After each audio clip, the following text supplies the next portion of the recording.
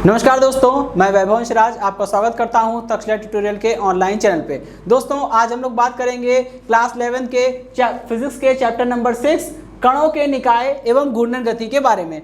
आज हमारा ये चैप्टर स्टार्ट हो रहा है। इस चैप्टर का पहला लेक्चर है आज। तो दोस्तों आज हम लोग इस चैप्टर से जुड़े हुए बेसिक्स सीखेंगे। ठीक है, ये चैप्टर पूरा बहुत इंपॉर्टेंट है और ये चैप्टर थोड़ा सा लेंथी भी है। इसमें काफ़ी कुछ चीज़ें हमको पढ़ने को होंगी और उन सब चीज़ों का जो प्लेटफॉर्म होता है, बेसिक प्लेटफॉर्म, आज हम लोग वो तैयार करेंगे। ठीक है, तो इसी चैप्टर में जो बेसिक्स हैं, जो बिल्कुल एकदम शुरुआत की बातें हैं, उसे आज हम लोग पहले लेक्चर में डिस्कस करने वाले हैं। ठीक है दोस्तों, देखिए पहले यहाँ पे सबसे पहले ये चैप्टर जहाँ से स्टार्ट होता है, ठीक है, इसमें हमको निकाय, कणों के निकाय का मतलब क्या होता है दोस्तों।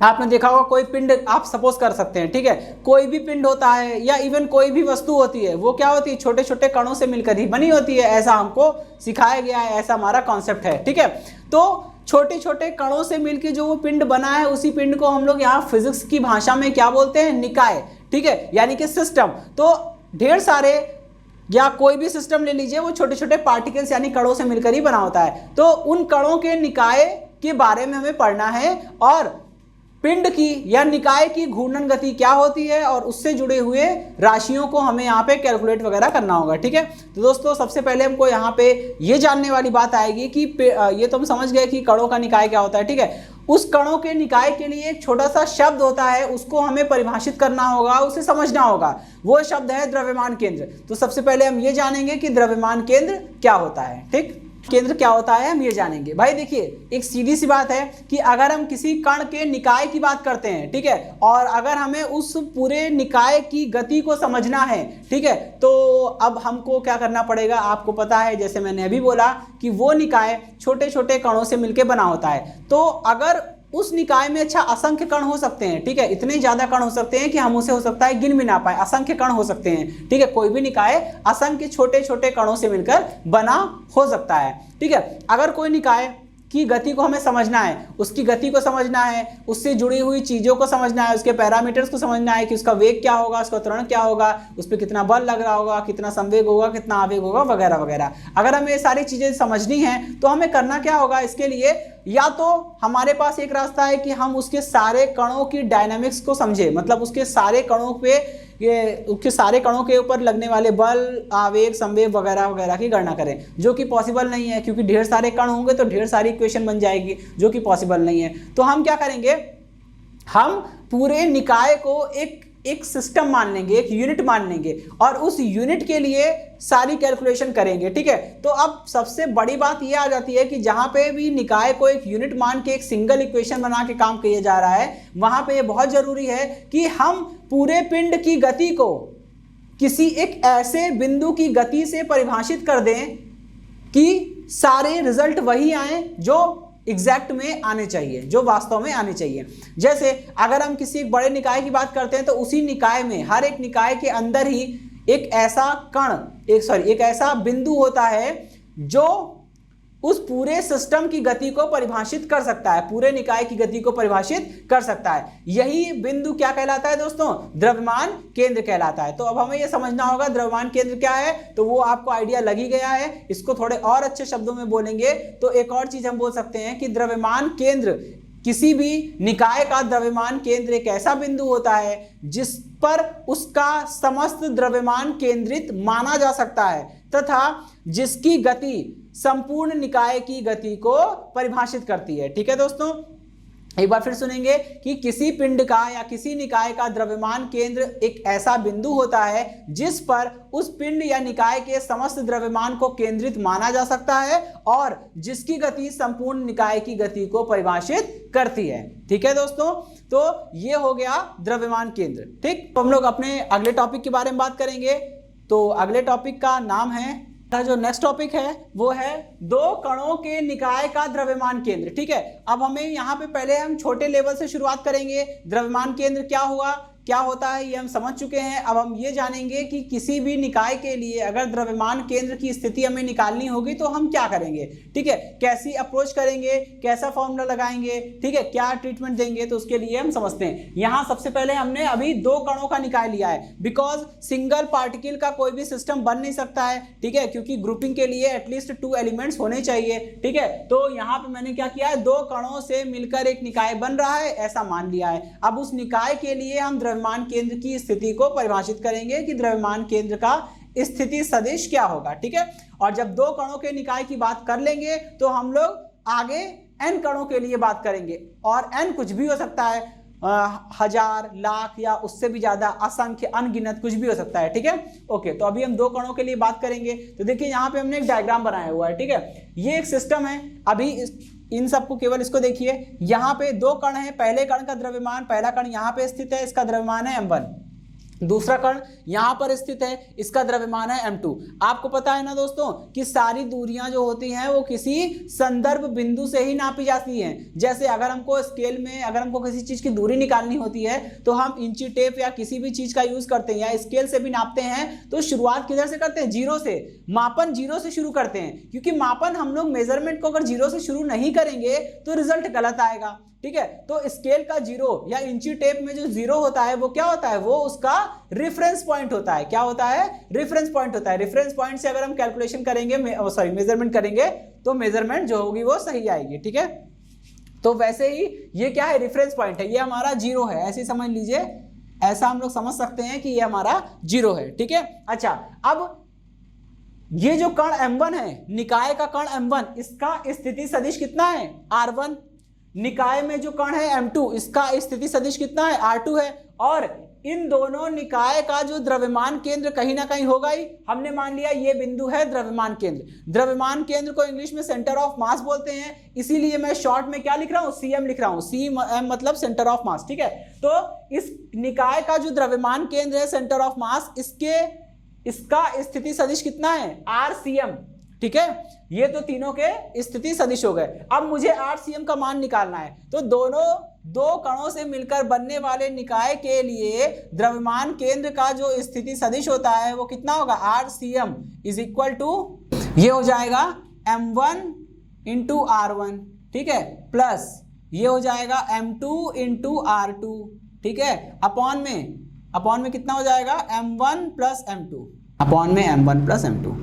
इतनी बात समझ में आ गई। अच्छा, अब ये स्थिति सदिश है तो यहाँ पे वेक्टर के फॉर्म में लिखेंगे, इसे भी हम लोग वेक्टर के फॉर्म में लिखेंगे, इसे भी हम लोग वेक्टर के फॉर्म में लिखेंगे, ठीक है भाई। इतनी बात समझ में आ गई। अच्छा, ये तो 2 कणों की बात हो गई, ठीक। अब ये टॉपिक यहीं पे क्लोज होता है, ठीक। और यहाँ पे हम एक और चीज कर सकते हैं, ज्यादा से ज्यादा हम क्या कर सकते हैं, इसको इसके साथ शिफ्ट कर सकते हैं और इसको यहाँ पे बना सकते हैं m1 plus m2 multiplied by RCM is equal to m1 R1 vector R1 plus m2 vector R2, ठीक है।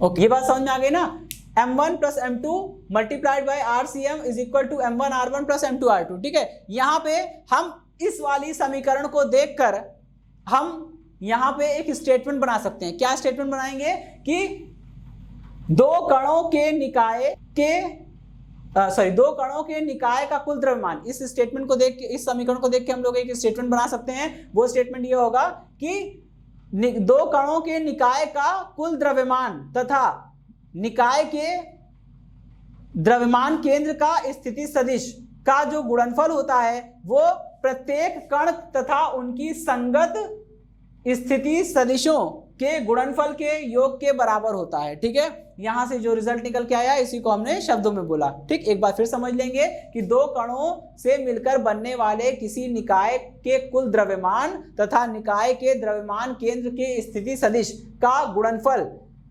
निकाय के प्रत्येक कण के द्रव्यमान तथा उनकी संगत स्थिति सदिशों के गुणनफल के योग के बराबर होता है, ठीक। ओके, ये तो बात हो गई 2 कणों के निकाय की। अब हम लोग बात करेंगे n कणों के निकाय की। अब n कुछ भी हो सकता है, ठीक है दोस्तों। यहां देखिए क्या लिखा है, n कणों के निकाय का द्रव्यमान केंद्र, ठीक है, centre of mass of a system of n particles, ठीक है।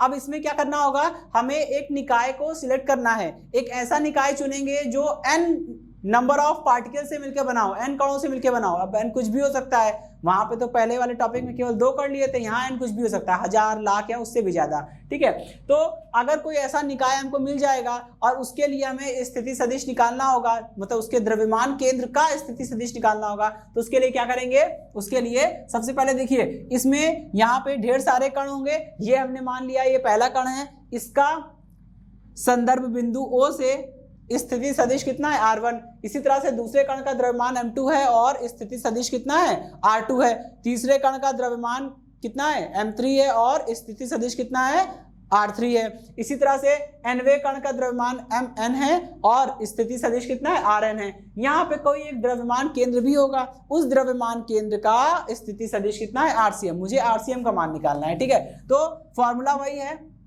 n कणों के निकाय के द्रव्यमान केंद्र का स्थिति सदिश यानी RCM का मान कितना हो जाएगा दोस्तों, RCM बराबर हो जाएगा आपका पहला कण लीजिए, उसका द्रव्यमान कितना है m1, पहले कण का द्रव्यमान इंटू पहले कण का स्थिति सदिश, तो पहले कण का स्थिति सदिश कितना है r1, तो m1 का मल्टीप्लाई कर देंगे r1 से। ठीक है, फिर प्लस लगाएंगे, फिर चलेंगे दूसरे कण के पास, दूसरे कण का द्रव्यमान कितना है m2, दूसरे कण का द्रव्यमान कितना है m2 और उसका स्थिति सदिश कितना है r2, तो ये हो गया m2 इंटू r2। ठीक है, प्लस तीसरे कण का द्रव्यमान कितना है m3 और स्थिति सदिश कितना है r3, तो ये हो जाएगा m3 इंटू r3। ठीक है, इसी तरह से हम लोग आगे बढ़ेंगे और चौथा पांचवा कण आता रहेगा। अब हम लोग सीधे बात करेंगे nवें कण के लिए, तो nवें कण का मास कितना है mn और पोजीशन वेक्टर यानी कि स्थिति सदिश कितना है rn है, तो यहाँ मल्टीप्लाई कर देंगे rn से। आपको पता है ये पोजीशन वेक्टर होते हैं, तो यहाँ पे वेक्टर r1 r2 पे वेक्टर, r3 पे वेक्टर, इसी तरह से rn पे भी वेक्टर होगा। अपॉन में क्या होता है, अपॉन में कणों का कुल द्रव्यमान होता है। तो कणों का कुल द्रव्यमान कैसे मिलेगा, पहले कण का द्रव्यमान प्लस दूसरे कण का द्रव्यमान प्लस तीसरे कण का द्रव्यमान। ठीक है, और ऐसे ही चलता जाएगा ये, और चलते चलते ये nवें कण का द्रव्यमान आ जाएगा mn। ठीक है भाई, चलिए अभी देखिए क्या हो जाएगा, ज्यादा से ज्यादा आप इसको ऐसे लिख सकते हो कि ये हो जाएगा, अच्छा यहाँ पे मैं लिख दे रहा हूँ RCM क्या है, ये द्रव्यमान केंद्र का स्थिति सदिश है। ठीक है, द्रव्यमान केंद्र का स्थिति सदिश। चलिए भाई, ठीक है, अभी क्या कर सकते हैं हम, ज्यादा से ज्यादा इसको ऐसे लिख सकते हैं कि RCM vector RCM is equal to, देखिए यहाँ पे m1 plus m2 plus m3 plus m4 ऐसे dash dash up to mn तक जाएंगे, तो सारे कण को के द्रव्यमानों को हमने जोड़ दिया है, तो क्या मिलेगा, पिंड का या निकाय का कुल द्रव्यमान मिल जाएगा। तो पिंड या निकाय के कुल द्रव्यमान को हम किससे लिख दे रहे हैं, कैपिटल M से लिख दे रहे हैं। ठीक है, तो ये अगले स्टेप में कैपिटल M इसके पास आ गया, तो क्या बन गया, m into RCM is equal to, ये बन जाएगा m1 r1 plus m2 r2 plus m3 r3। इसी तरह से ये चलता जाएगा और कहाँ तक चलेगा, ये चलेगा mn तक, mn इंटू rn तक। ठीक है, अच्छा, और ये जो रिजल्ट आया है इसको हम एक इक्वेशन बना लेंगे। ठीक है, ये हो गया हमारा इक्वेशन नंबर 1। ठीक है, अब देखिए यहां पे हमें स्पेशल केस को कंसीडर करना है। ठीक है दोस्तों, हम लोग 2 स्पेशल केस कंसीडर करेंगे। ठीक है, तो पहला स्पेशल केस जो बनेगा दोस्तों, तो जो पहला स्पेशल केस बनेगा वो ये है कि अगर सभी कणों का द्रव्यमान बराबर हो जाए, मतलब m1 equal m2 equal m3 equal m4 equal mn equal m, अगर सभी कणों का द्रव्यमान बराबर हो जाए तब क्या होगा। ठीक है, तो केस 1 में लिखेंगे यदि सभी कणों का द्रव्यमान बराबर हो। ठीक है, यदि सभी कणों का द्रव्यमान बराबर हो तब क्या होगा, तब आपको पता है ना, सीधी सी बात है, अगर m1 equal m2 equal m3, ठीक है, डैश डैश करके इक्वल mn इक्वल m हो जाए, तो पिंड का कुल द्रव्यमान जो है कैपिटल M वो बराबर हो जाएगा small n into small m के। ठीक है, ये चीज आ जाएगी। भाई निकाय का या पिंड का कुल द्रव्यमान बराबर हो जाएगा small n into small m के, जहां स्मॉल m क्या है, प्रत्येक कण का द्रव्यमान, और स्मॉल n क्या है, नंबर ऑफ पार्टिकल्स, कितने कण हैं, टोटल कणों की संख्या। ठीक है, अच्छा तब क्या हो जाएगा, तब हम लोग लिख सकते हैं कि capital M is equal to small n into capital M। अब समीकरण 1 से चलिए, समीकरण 1 से, समीकरण 1 से देखिए क्या बन जाएगा, इधर आ जाता हूं मैं। ठीक है, देखिए ये जो कैपिटल M है इसकी जगह क्या लिख सकते हैं, इसकी जगह लिख सकते हैं स्मॉल n इंटू m। ठीक, तो ये बन जाएगा n इंटू m। ओके, और यहां से जब m1 m2 m3 सब बराबर हैं तो क्या होगा, सब कॉमन निकल आएगा, और कॉमन निकल के यहाँ कितना आ जाएगा, m कॉमन आ जाएगा। ठीक है, अच्छा यहाँ RCM छूट गया दोस्तों, बस इतना किया है, कैपिटल M की जगह पे small n into small m मतलब रख दिया है। ठीक है, अच्छा इक्वल में इधर आइए, m1 m2 m3 ये सब बराबर हैं, अगर सब बराबर हैं और सब m के बराबर हैं तो यहाँ पे m1 m2 m3 mn सबकी जगह पे m रख देंगे और कॉमन ले लेंगे, तो कितना आ जाएगा, m कॉमन आ गया, अंदर कितना बचेगा, अंदर बचेगा r1 plus r2 plus r3 dash dash rn। ठीक है, चलिए भाई, अच्छा m से m कट जाएगा और कितना हो जाएगा, ये बन जाएगा RCM। RCM is equal to 1/n into R1 plus R2 plus R3 dash dash Rn। ठीक है, चलिए भाई ये हो गया, अब हम इसको यहाँ पे डब्बे में बंद कर देंगे। ठीक है, ये हो गया, तो यहां से ये तो एक स्पेशल केस निकल आया कि अगर कभी ऐसा हो जाए कि सभी निकाय में सभी कणों के द्रव्यमान बराबर हो जाएं और आपको पूछा जाए कि उसका स्थिति सदिश, द्रव्यमान केंद्र का स्थिति सदिश कितना होगा, तो आप डायरेक्ट ये फॉर्मूला लगा सकते हैं कि RCM is equal to 1/n bracket में R1 plus R2 plus R3 up to Rn। ठीक है, सिंपल ये फॉर्मूला इसमें रिड्यूस हो जाएगा। ठीक, अब हम लोग बात करेंगे अपने सेकंड केस की। दोस्तों इसको रफ करता हूं मैं क्योंकि यहाँ पे थोड़ा सा जगह कम हो गई है। ठीक है, केस सेकंड में देखिए हम लोग क्या करेंगे, यदि द्रव्यमान केंद्र यानी यदि निकाय का द्रव्यमान केंद्र संदर्भ बिंदु पर ही हो तब क्या होगा, क्या होगा, तब एक बात बताते हैं आपको कि अभी आपने देखा सारी दूरियां हम लोग कहां से नाप रहे थे, संदर्भ बिंदु से ही नाप रहे थे। ठीक है, अगर द्रव्यमान, ये मान लीजिए ये संदर्भ बिंदु है और ये द्रव्यमान केंद्र है, अगर द्रव्यमान केंद्र संदर्भ बिंदु पर ही आ जाएगा तो संदर्भ बिंदु से द्रव्यमान केंद्र की बीच की दूरी निकालनी थी तो कितनी हो जाएगी, 0 हो जाएगी, क्योंकि संदर्भ बिंदु भी वही है और द्रव्यमान केंद्र भी वही है, तो 0 आ जाएगी। ठीक है, तो यहां पे वही काम होना है, यदि निकाय का द्रव्यमान केंद्र संदर्भ बिंदु पर हो तब कितना हो जाएगा, तब RCM इज इक्वल टू कितना हो जाएगा भाई, 0 हो जाएगा। ठीक है, RCM इक्वल 0 हो जाएगा। यहां पे रख दीजिए समीकरण 1 से रखिए जरा, RCM बराबर 0 पुट करिए, कितना हो जाएगा, 0 इंटू m पूरा 0 हो जाएगा। ठीक है, तो 0 इक्वल यहां कितना बनेगा, m1 R1 plus m2 R2 plus m3 R3 plus mn Rn। ठीक है भाई, इतनी बात समझ में आ गई।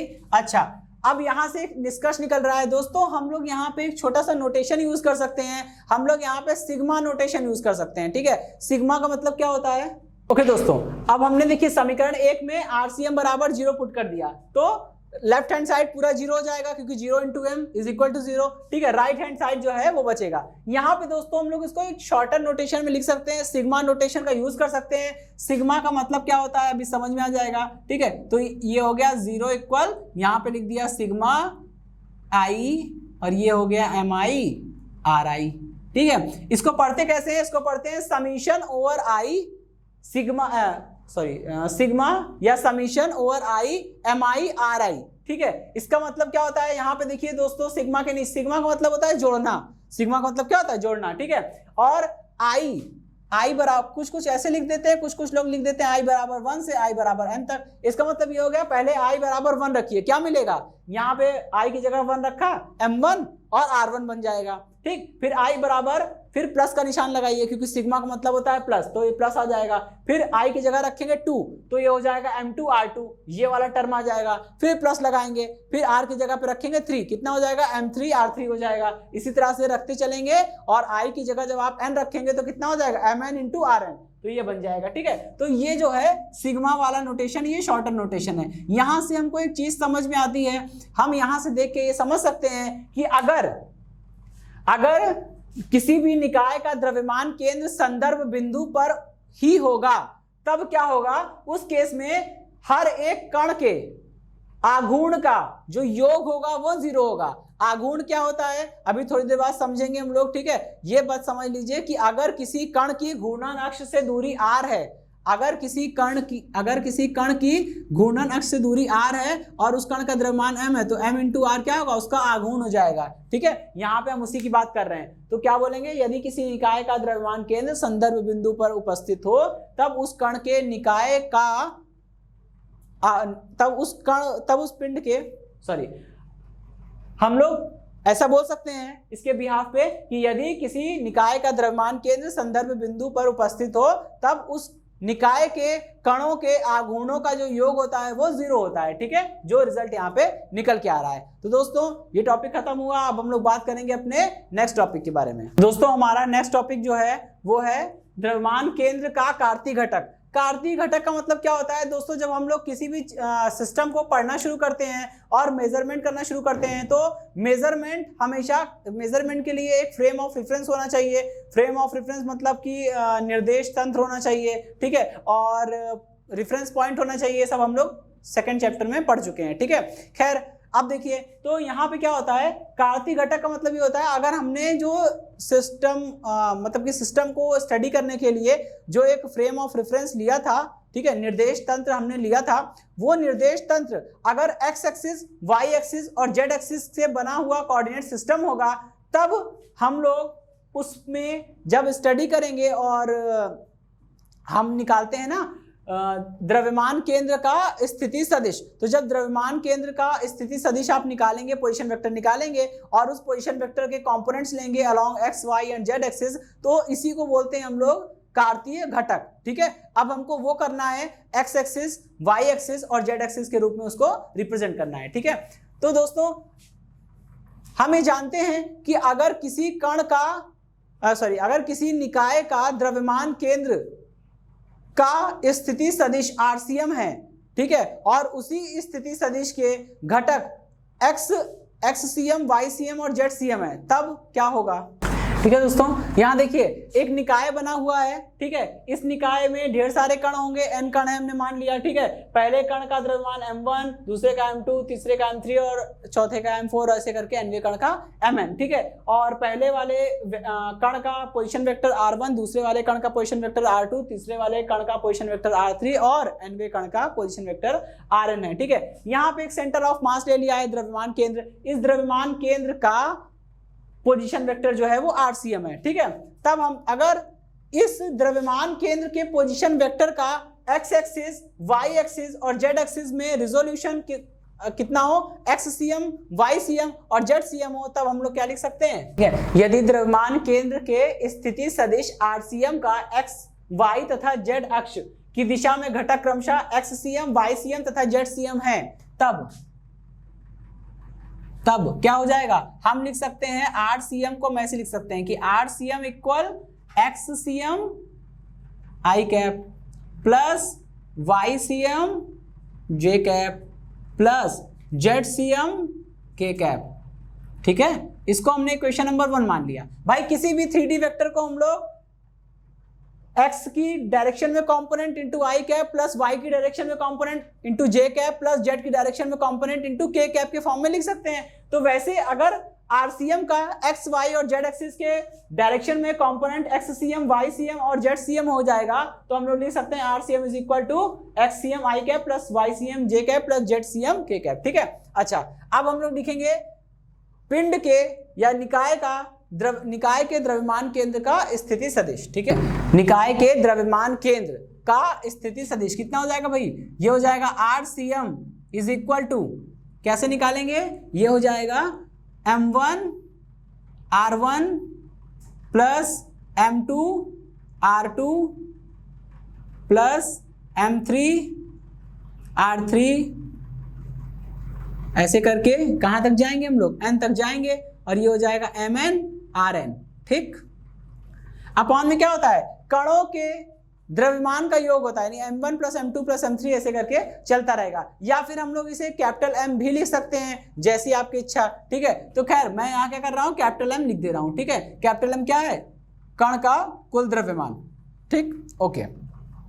अभी हमारा नेक्स्ट स्टेप क्या होगा, जैसे हमने RCM को XCM I cap, YCM J cap, ZCM K cap के फॉर्म में लिखा है, वैसे हम लोग R1 को क्या लिख सकते हैं, R1 को हम लोग लिख सकते हैं, R1 को हम लोग लिख सकते हैं X1 I cap plus Y1 J cap plus Z1 K। यहाँ नोटेशन समझिएगा भाई, पहला वेक्टर है R1, तो R1 के लिए सारे कंपोनेंट्स 1 1, R2 के लिए सारे कंपोनेंट्स 2 2। ओके दोस्तों, देखिए जैसे हमने RCM को लिखा था XCM I cap, YCM J cap, ZCM K cap, वैसे ही हम लोग पहले वाले कण के पोजीशन वेक्टर को भी रिजॉल्व कर सकते हैं। यहाँ दोस्तों पहले वाले कण के पोजीशन वेक्टर को हमने R1 लिखा है, तो सारे कंपोनेंट्स को 1 1 बोलेंगे, X1 I cap, Y1 J cap, Z1 K cap. इसी तरह से दूसरे वाले कण के पोजीशन वेक्टर R2 को हम लोग क्या बोलेंगे, X2 I cap, Y2 J cap, Z2 K cap. इसी तरह से nवे कण को यानी nth पार्टिकल के पोजीशन वेक्टर को हम लोग क्या लिख सकते हैं, Xn I cap plus Yn J cap plus Zn K cap. ठीक है, अब करेंगे क्या, सारी वैल्यू को यहाँ पे सब्स्टिट्यूट करना है, और फिर I कैप, J कैप और K कैप के कंपोनेंट्स को, जो करस्पॉन्डिंग कंपोनेंट्स होंगे उसको कंपेयर कर देना है, बस जवाब आ जाएगा। ठीक है, तो यहां हम लोग क्या लिखेंगे, यहां लिखेंगे XCM I cap plus YCM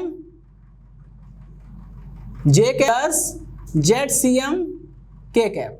ठीक है, ये तो हमने लिखा R कैप की जगह। ठीक, अब यहां देखिए M1 ऐसे रहेगा, और ब्रैकेट में हम लोग लिख देंगे यहाँ पे X1 I cap plus Y1 J cap plus Z1 K cap. ठीक है, इसी तरह से फिर हम लोग यहां लिख सकते हैं M2, और यहां ब्रैकेट में हो जाएगा X2 I cap plus Y2 J cap Z2 K cap. Last वाले के लिए, लास्ट वाले कण का द्रव्यमान Mn, और ये हो जाएगा Xn I cap plus Yn J cap, Yn J cap plus Zn K cap. ठीक है, ओके। अपॉन में क्या हो जाएगा दोस्तों, अपॉन में हो जाएगा कैपिटल M। ठीक, चलिए अभी क्या करेंगे, कंपेयर कर लेंगे, कंपैरिजन कर लीजिए। तो यहां से कंपेयर करेंगे, यहां देखिए I कैप में क्या क्या मिलेगा, I कैप के साथ क्या क्या मिलेगा, M1 X1, फिर यहां से I कैप के साथ M2 X2, इसी तरह से M3 X3, M4 X4, और लास्ट वाले के लिए Mn Xn। ठीक है, और इधर I कैप के साथ क्या है, XCM अकेला है। तो यही कंपैरिजन करना है बस। ठीक है, दोनों पक्षों में तुलना कर लेंगे, दोनों पक्षों में तुलना कर लीजिए। I कैप वाले को कंपेयर कर लीजिए I कैप के साथ, J कैप वाले को J कैप के साथ, और K कैप वाले को K कैप के साथ। कितना हो जाएगा, ये हो जाएगा XCM is equal to, compare करिए, यहां हो जाएगा M1 X1 plus M2 X2 plus M3 X3, और लास्ट में चलते चलते कहां तक जाएंगे हम लोग, Mn Xn तक जाएंगे। ठीक है, अपॉन में क्या है, यहां पे आ जाएगा 1/m, चाहे पूरे लिख लीजिए, चाहे हम लोग इसको आगे लिख सकते हैं, कोई प्रॉब्लम नहीं है। ठीक है, 1/M। ठीक, इसी तरह से कंपेयर करके हम लोग y के लिए रिजल्ट निकालेंगे। ठीक, YCM निकालिए, कितना आ जाएगा, YCM निकालने के लिए J कैप वाले को कंपेयर करना पड़ेगा, कितना आएगा, M1 Y1, M2 Y2, M3 Y3, M4 Y4 और Mn Yn। ठीक है, तो ये हो जाएगा 1/m, और यहां बनेगा M1 Y1 plus M2 Y2 plus M3 Y3, और ऐसे चलते चलते हम लोग कहां तक जाएंगे, Mn Yn तक। ठीक है, चलिए भाई इतनी बात समझ में आ गई। अब हम लोग J कैप वाला हो गया, अब हम लोग K कैप वाले को कंपेयर करेंगे, तो क्या मिल जाएगा ZCM। तो ये मिल जाएगा ZCM is equal to 1/m, bracket में क्या रहेगा, M1 Z1 plus M2 Z2 plus M3 Z3 dash dash करके लास्ट में MN ZN, ठीक है, ये बन जाएगा। तो ये हो गए एक्स एक्सिस, वाई एक्सिस और जेड एक्सिस के अलोंग सेंटर ऑफ मास के पोजीशन वेक्टर के कंपोनेंट्स हो गए, ठीक है। ये सब XCM, YCM, ZCM क्या है, निकाय के द्रव्यमान केंद्र का जो स्थिति सदिश था उसके घटक हैं, ठीक है। ओके, तो इस वाले टॉपिक में हमको केवल इतना ही करना था। यहाँ पे बस यही 3 टॉपिक को ड्राइव करना था, यही 3 जो है पॉइंट्स को मैं ड्राइव करना था, जो कि पूरा हो गया। तो दोस्तों आज के सेशन में इतना ही, मिलते हैं हम लोग नेक्स्ट सेशन में। धन्यवाद।